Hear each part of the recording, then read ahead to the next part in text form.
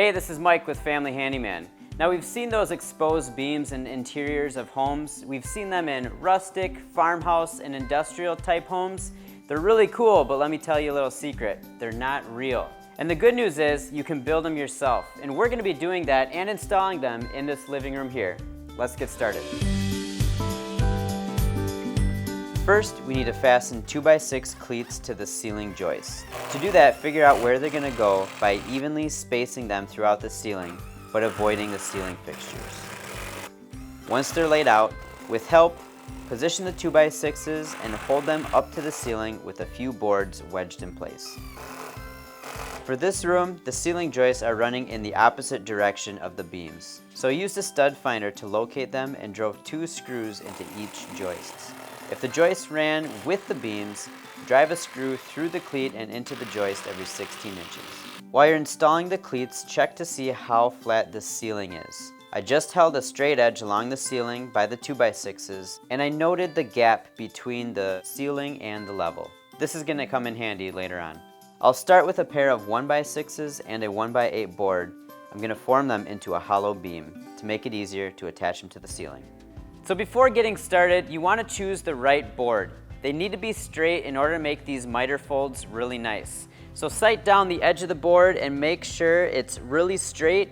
If you see any big bows or curves, find a different one that's straighter. It'll save yourself some time in the long run. So to make these beams really seamless and look like actual beams, we're going to be mitering the corners. Now to do that, it's kind of a tricky cut. We're going to do it on the table saw. So what I've got here is a 45-degree bevel set at the saw, and I'm also going to be using a feather board to keep my material pushed up against the fence.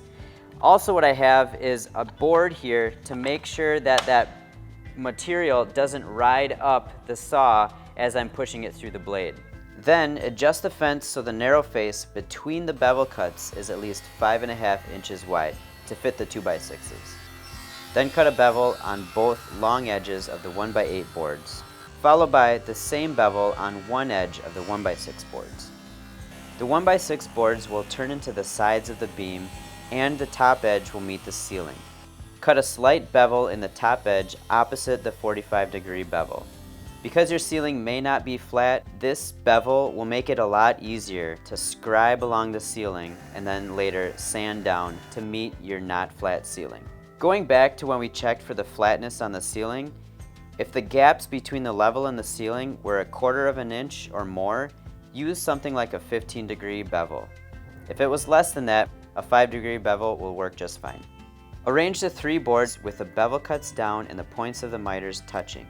Using reinforced packing tape, tape the boards together across the seams and then down the length of the seam. Flip the boards over and spread the glue on the beveled edges. Fold the edges of the beams up and use more packing tape to hold the tops from falling down while the glue dries. And don't be afraid to use a few 18-gauge brad nails to pin the miter together. So the beam's all glued up, the tape's holding well, but before the glue dries, I'm gonna come back with a screwdriver and burnish the corners of the beam. It'll pull together the miters, it'll close up the ends and make a really solid, seamless joint.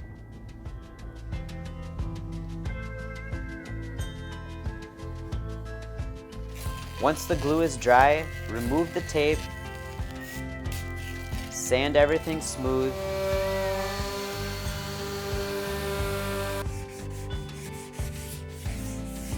stain and finish the beams.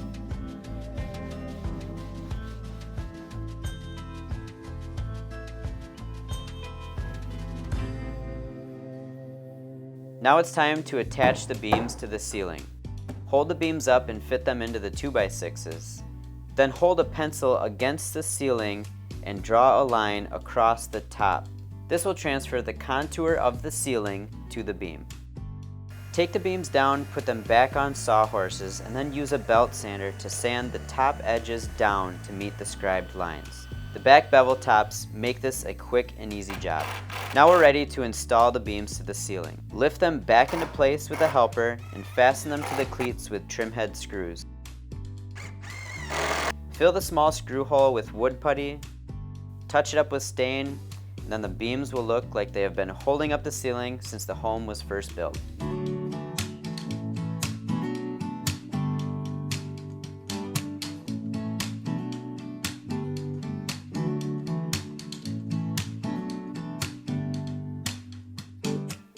So the beams are installed, they look amazing. I would definitely recommend getting a helper to help lift these up and install them. We used a red oak beam and we used Simply White Minwax finish, but you can build these in different ways with different styles to match your home. For more on how to build these beams in several different styles to match your home and other living space inspiration, head to familyhandyman.com.